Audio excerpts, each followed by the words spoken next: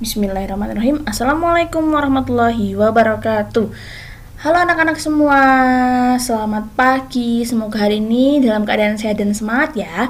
Kembali lagi dengan Bu Hesti. Hari ini kita akan belajar materi IPA. Tentang apa? Yaitu tentang bunyi. Tentunya di pelajaran IPA subtema 1, tema 1, kelas 4. Nah, sebelum kita mulai, mari kita membaca basmalah terlebih dahulu agar belajar kita hari ini diberikan kelancaran dan kemudahan oleh Allah Subhanahu wa taala. Bismillahirrahmanirrahim. Oke, anak-anak sudah siap? Mari kita mulai pembelajarannya. Nah, anakku, berbicara tentang Indonesia, Indonesia itu adalah negara yang memiliki banyak sekali keberagaman. Salah satu keberagaman yang ada di Indonesia adalah alat musik. Nah, jadi di Indonesia ini banyak sekali alat musik yang menjadi ciri khas dari masing-masing daerah yang ada di Indonesia. Tidak hanya jenisnya, bentuknya, tetapi juga cara menghasilkan bunyinya berbeda-beda. Ada yang ditiup, ada yang digesek, ada yang dipetik, dan masih banyak lagi cara untuk mengeluarkan bunyinya. Nah, akan tetapi sebelum kita cari tahu bagaimana sebuah alat musik itu bisa mengeluarkan bunyi, kita akan mencari tahu apa itu sebenarnya bunyi. Nah, siapa yang sudah tahu apa itu bunyi? Baik, bunyi adalah hasil dari getaran sebuah benda. Jadi, apabila kita ingin menghasilkan sebuah bunyi dari sebuah benda, maka caranya adalah dengan menggetarkannya. Nah, anak-anakku, berikut ini adalah beberapa alat musik dan cara memainkannya. Yang pertama yaitu dengan dipukul. Contoh alat musik yang cara memainkannya dengan dipukul adalah gong dan gendang. Nah, untuk anak-anak yang belum tahu seperti apa sih gambar gong, seperti apa sih gambar gendang, nah Bu Hesti punya gambarnya. Yang pertama ini adalah gong. Ya, biasanya kalau di kesenian Jawa itu ada gong ya, yang mengiringi musik atau tarian. Kemudian yang kedua adalah gendang. Nah, kedua alat musik ini adalah contoh dari alat musik yang bisa menghasilkan bunyi dengan cara dipukul. Kemudian yang kedua adalah alat musik yang mengeluarkan bunyi apabila ditiup, yaitu seruling dan trompet. Nah, contohnya ini yang pertama seruling, yang kedua adalah trompet. Kemudian yang ketiga adalah alat musik yang digesek, yaitu ada biola dan rebab.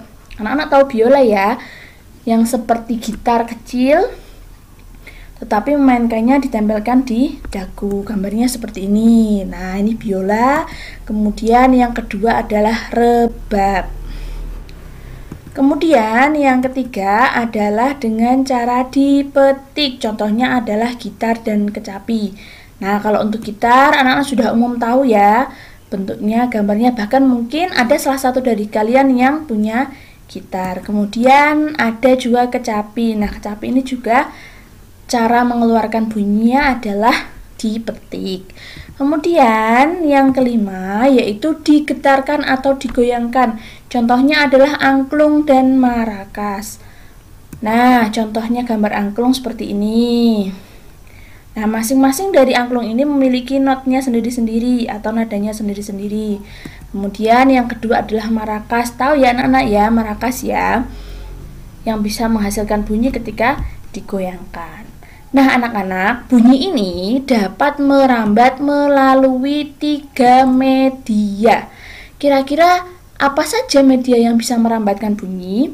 Nah, yang pertama adalah padat, yang kedua adalah cair, dan yang ketiga adalah gas. Jadi, ketiga media ini yang dapat merambatkan bunyi. Nah, di sini Bu Hesti punya beberapa gambar. Ini adalah gambar yang pertama. Nah, gambar yang pertama ini menunjukkan bahwa bunyi dapat merambat melalui benda padat. Mana benda padatnya? Nah, anak-anak bisa lihat yang ada di antara telinga anak yang memakai baju merah dan di mulut anak yang berbaju hijau itu adalah gelas. Nah, yang menghubungkan antara kedua gelas itu adalah benang kasur. Benang kasur termasuk ke dalam benda padat. Nah, suara dapat dirambatkan melalui benang kasur tersebut. Kemudian, gambar yang kedua, ini ada anak yang sedang mendengarkan apakah suara dapat merambat melalui air. Ternyata, bunyi dapat merambat melalui benda cair.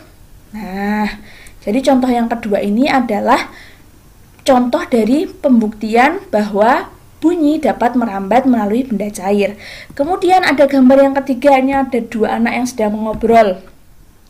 Nah, dari gambar ini dapat kita ketahui bahwa bunyi dapat merambat melalui benda gas. Nah, contohnya benda gas itu apa? Yaitu udara. Jadi udara juga bisa merambatkan bunyi. Nah, anak-anakku, ada satu tempat atau satu ruang yang tidak bisa dirambati oleh bunyi, yaitu ruang hampa. Ruang hampa tidak dapat dirambati bunyi karena tidak ada media yang digunakan untuk merambatkan bunyi tersebut. Nah, anak-anakku, itulah materi kita. Materi yang pertama tentang IPA yaitu bunyi. Silahkan anak-anak bisa baca rangkumannya, kemudian bisa dikerjakan latihan soal di bagian paling bawah rangkumannya, tentunya di Google Classroom. Nah, nanti setelah dikerjakan dikirimkan lagi ke Google Classroom ya. Terima kasih sebelumnya. Wassalamualaikum warahmatullahi wabarakatuh.